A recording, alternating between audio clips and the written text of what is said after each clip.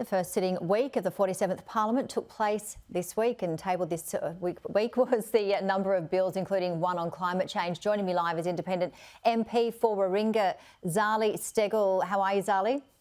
Good morning, Tammy. Very good, thank you. Absolutely a busy week for you. How was it in Parliament this week? I have to say the vibe on the crossbench was really exciting. We had fantastic speeches from some of our new community independent MPs, and we had really good early signs of collaboration with the government when it came to amending standing orders, but still making sure that we have good debate and consideration in detail stage. So that was very pleasing. I noticed there was a lot of order going on. Was there more than normal, or was it just, I don't know, we just haven't heard it for a while?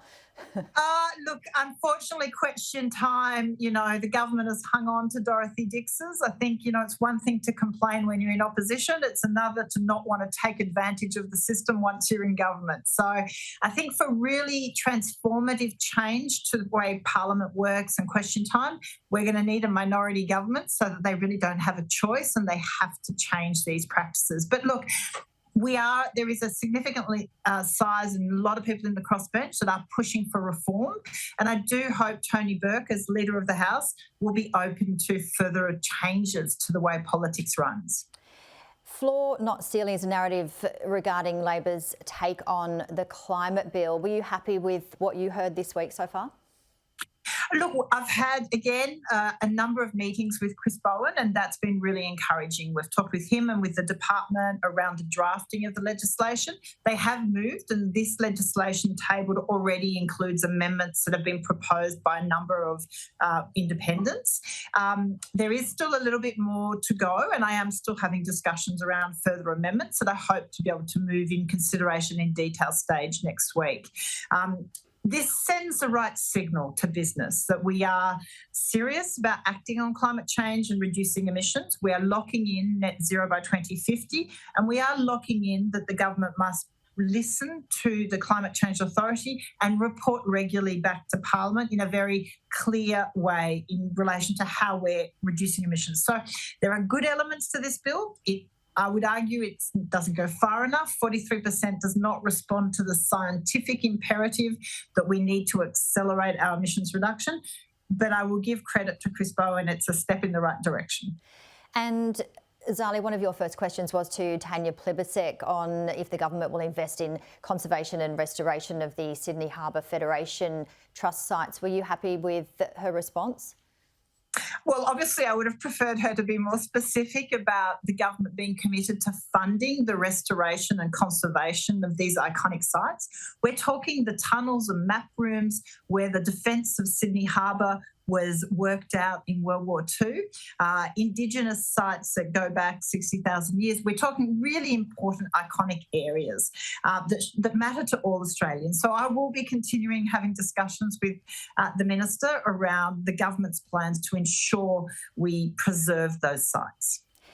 Now, the federal election, it was certainly an interesting one, and there was certainly a shift towards more of the Teal independents like yourself and away from both major parties. How are you seeing it in Parliament, including, many of the people that are new to the floor? Look, it's very exciting. I'm really enjoying having many more colleagues around me on the crossbench, especially smart professional women. I think we're seeing a lot more diversity and a much better gender equity in the lower house. Some of the speeches have been fantastic, and I'd encourage everyone to go and listen to the speeches of both Labor new members, coalition new members, but in particular, some of the community independent speeches have been really inspiring. And I hope it will really help get all those communities feeling that much more engaged with politics. All right, and we're hearing the word action a lot. Well, I've certainly heard it today with the speech with Anthony Albanese and talking to some people on the invasion of Ukraine and so forth. Are you sensing more action rather than just talk? Yes, it's interesting. I think politics sometimes gets a little bit stuck when leaders are fearful of taking the necessary steps to address problems. And sometimes they may not be popular and they might need explaining, and you really have to explain why certain things are necessary to be done. So I do welcome that the government is acting on some of the issues that we've had now on the agenda for quite a long time. It is time to take action. Look, it's why I got into politics. I felt like I couldn't be a bystander anymore on a number of issues, and it is nice to see the government more willing to take action. To use the word myself. Well, certainly a lot of action over in Birmingham at the moment, of course, with the Commonwealth Games, and being a former Olympic champion alpine skier yourself, you know firsthand, well, certainly the amount of physical and mental preparation that goes into the Games. I'm going to ask you a very bizarre question. Would you prefer politics or would you prefer being an Olympian? Is there a favourite? Sport.